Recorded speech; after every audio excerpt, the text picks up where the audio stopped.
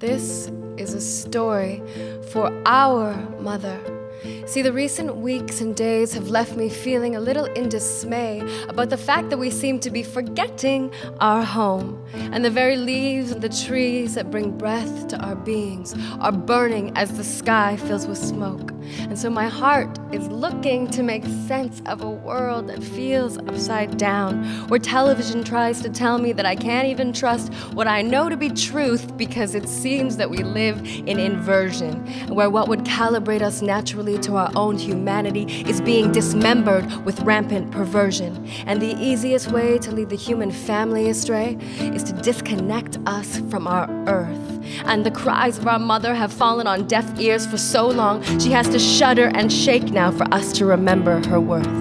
And we have been led to believe that our effects, if they remain out of sight, shall remain out of mind. But it seems that the way that we are living is doing little to buy us any time. As temperatures rise and the soil is yielding less to eat, and the bees are disappearing and rubbish fills the street, as the drills still press for oil and the oceans start to wither, and the trees break at the chainsaws that deliver their blows of insanity, as we try to bring our mother to her knees, all the while she is crying out for us to allow ourselves to see that we are not actually separate, and there is no delusion or arrogance so great that can manufacture you another place where you can live out your days.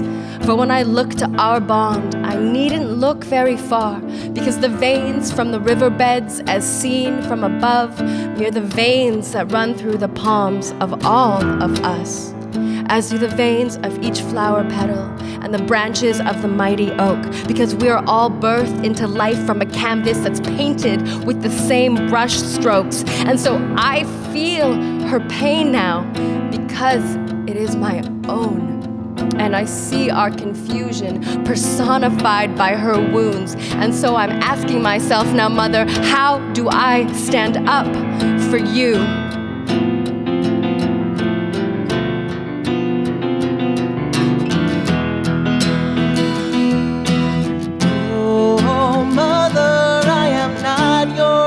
Child, you are breaking and you're burning while our greed is running wild. Oh, Mother, please don't give up on me, because I am slowly learning how to love you more carefully. The wisdom of our past has already prophetically proclaimed that only when the last tree has died and the last river has been poisoned will we realize that our monetary system cannot keep us in health. And so the time has come now for us to bank on something greater to prioritize than our current concept of wealth. For there is a universal thread that weaves us together in the same web, which we glimpse at shared sunsets and mountains climbed, and the body that yearns to dip its toes in the shore beds. And the mechanisms of modern living and the insanity of our consumer culture often make it difficult to perceive the dangers of our compliance, because new paths haven't yet been formed, and so we walk familiar roads in obedience. But recently, as I look up to a red sun that is burning beyond an eerie haze of gray, there is a stirring deep within me to take stock of our reckless and habitual ways.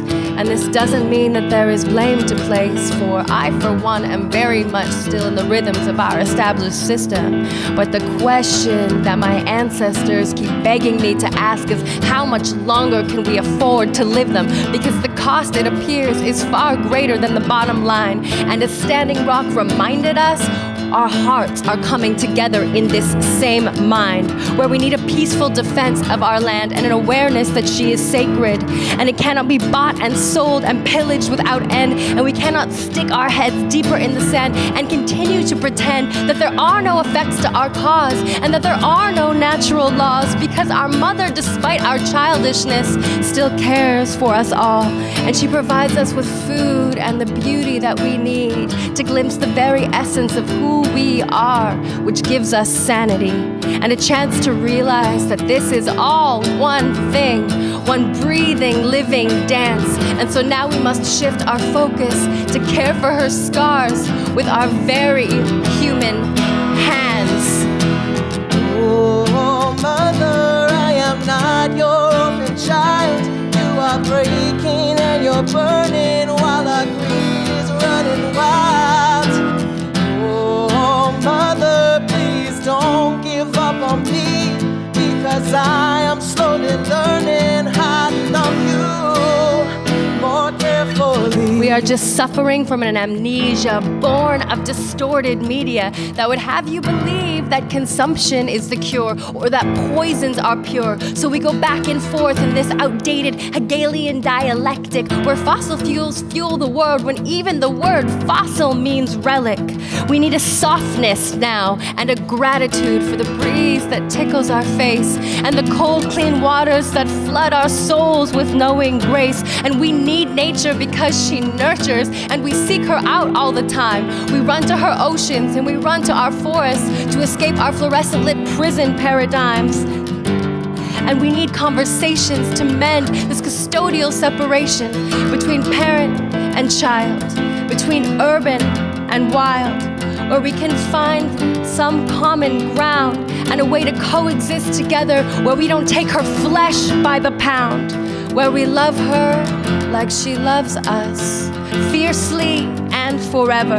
And we can start looking at ways to change our behaviors that are rooted in the now or never, where we look down at the map of tiny cosmic freckles that adorn our skin, and then up at the stars and realize that they take the same shape because we begin at the same place, this planet, this dream that we dream together.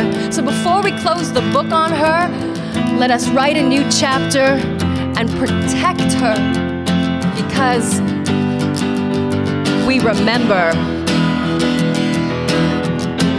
Oh, mother, I am not your orphan child. You are breaking and you're burning while our greed is running wild. Oh, mother, please don't give up on me, because I am slowly learning how to love you carefully. Oh, mother, I am not your orphan child. You are breaking and you're burning while our greed is running wild. Oh, mother, please don't give up on me, because I know that I am you. And I will live that memory.